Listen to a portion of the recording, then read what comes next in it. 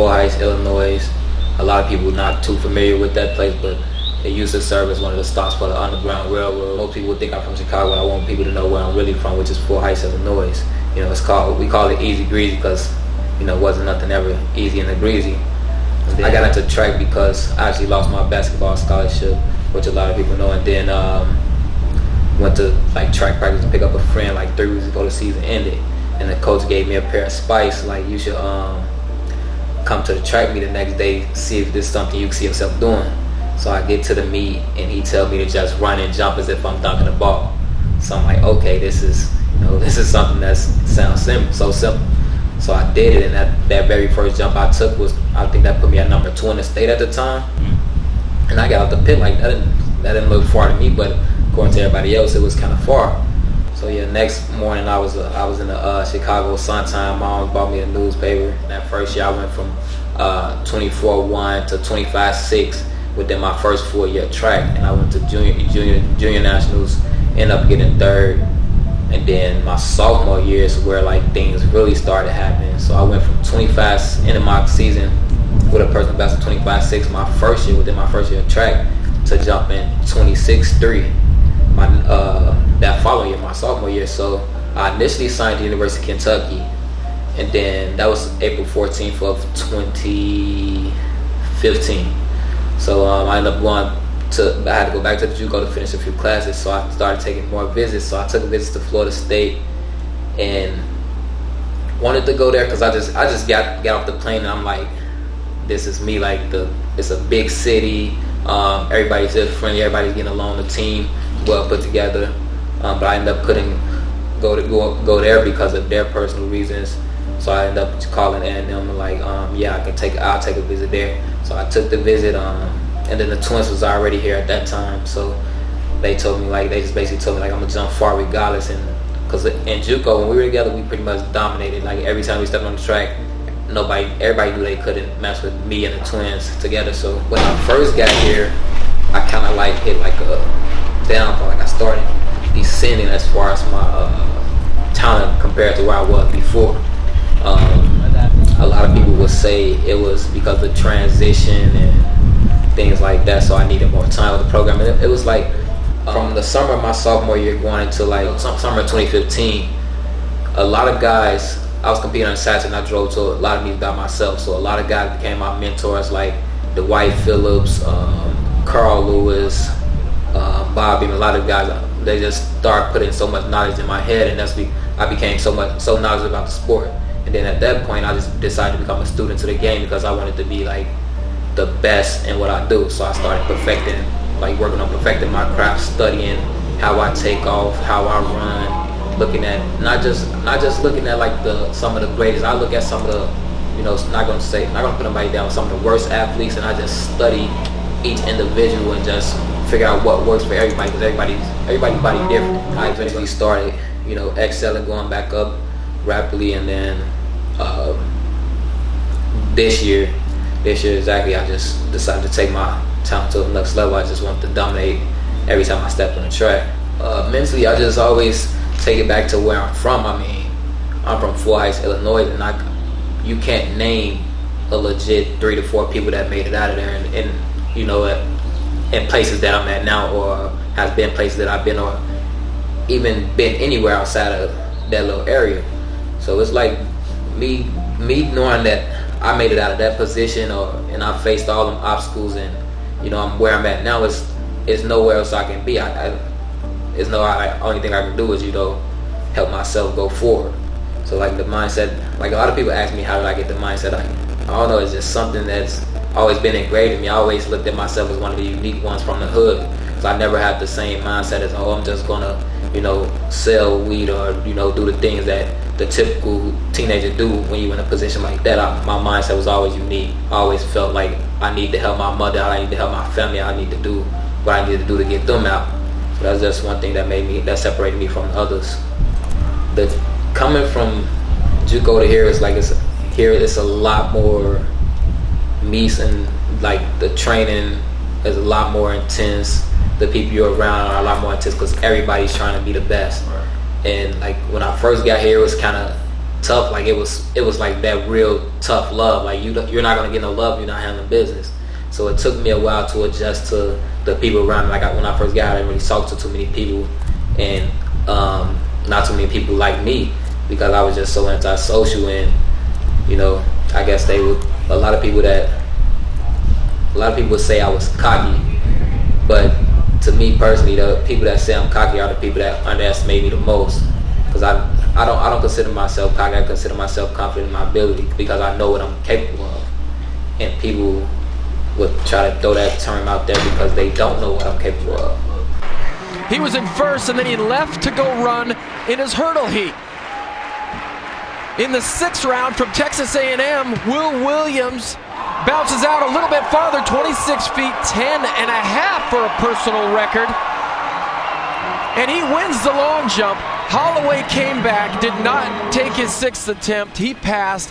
So Will Williams was your winner with a personal best. And there you see your top three finishers in this competition. Will Williams, they wouldn't call me cocky, because I done have several one-on-one conversations with the guys who train in my group, and they know me personally. They know the goals and the standards that I set for myself. And like one thing I tell like people I talk to every day, set unrealistic goals to make the realistic goals easier.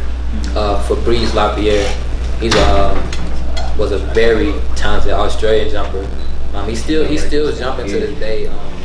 And I have like tracked 8 of the top 10 marks. And like if I jump like 5 of them this year I jumped the school record and the facility record like with 8:19. So yeah, he went on to, like once he left here, he started jumping extremely far. So like now me breaking his school record and facility record was like a good indication for me. Right now I'm rehabbing, trying to get healthy, and then focus on USAs. Hopefully I can surprise a lot of people that I know are doubting me, become USAs, and then pursue my professional career. Once we landed in Sacramento, we got off the plane. One is like a 4 or 5 hour flight, so we got off the plane and my legs were kind of shaking up and tight and stiff or whatever. So we went to practice the first day, and it was okay because I didn't do too much. Then the day before competition, I tried to get everything down to a cue. That way, once I step on the runway the next day, it's just I don't have to focus or worry about too much. But my coach told me I did my last one through. Coach was like, "That's good. We're good there. That's it." And I was like, "No." I was like, me being the person I am in the way, my preparation for me, I was like, "Nah, I need one more." And before that last one, I knew my leg was kind of tight and banged up, but things wasn't going as I wanted them to go, so I had to take that last one. And then, boom, as soon as I took off, I just felt it like, crazy. So then I hobbled off, landed on the mat.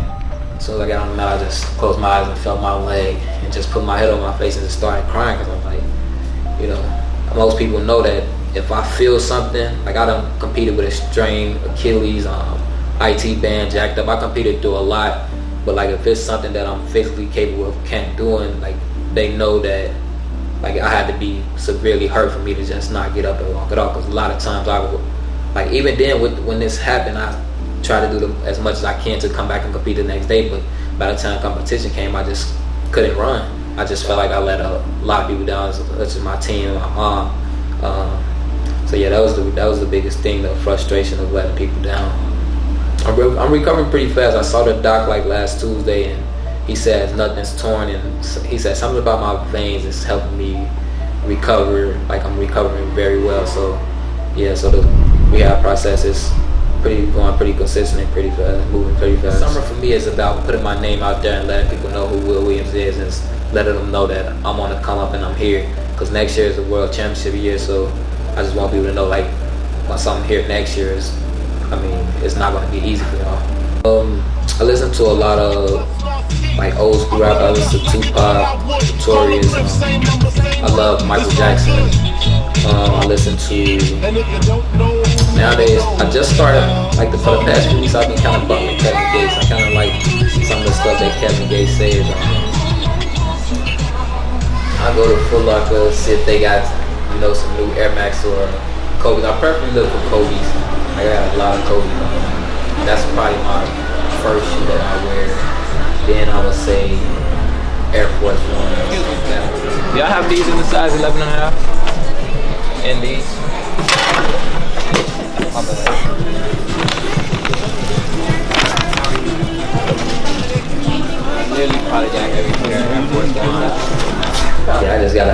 lot of shoes, but I prefer Air Max, Kobe's, and Air Force Ones.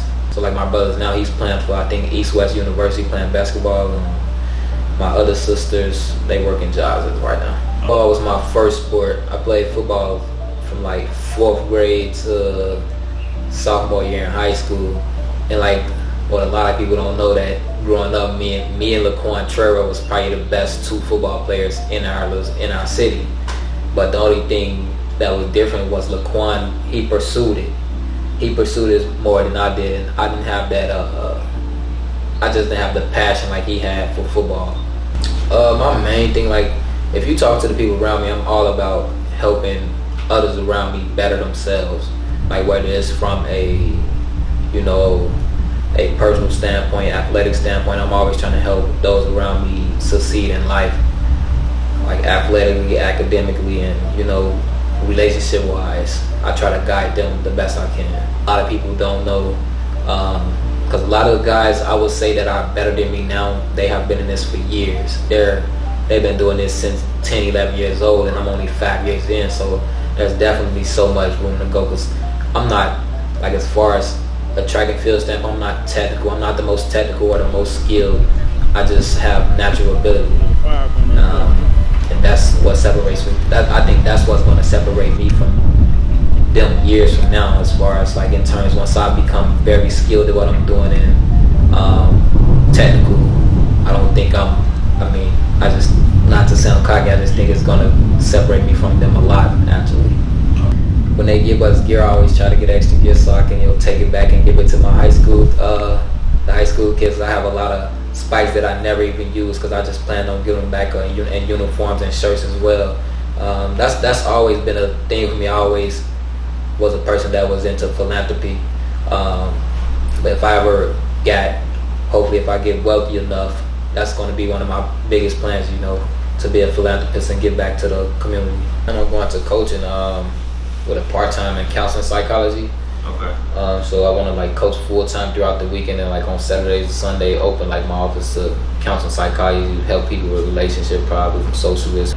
Talking to a few agents or whatever this past week. So yeah, we're trying to work things out, going towards USA. And you might see me in some gear. You come USA's, you may not. It all depends. This Will Williams, name so nice you gotta say it twice, and you locked in with Grind Daily TV.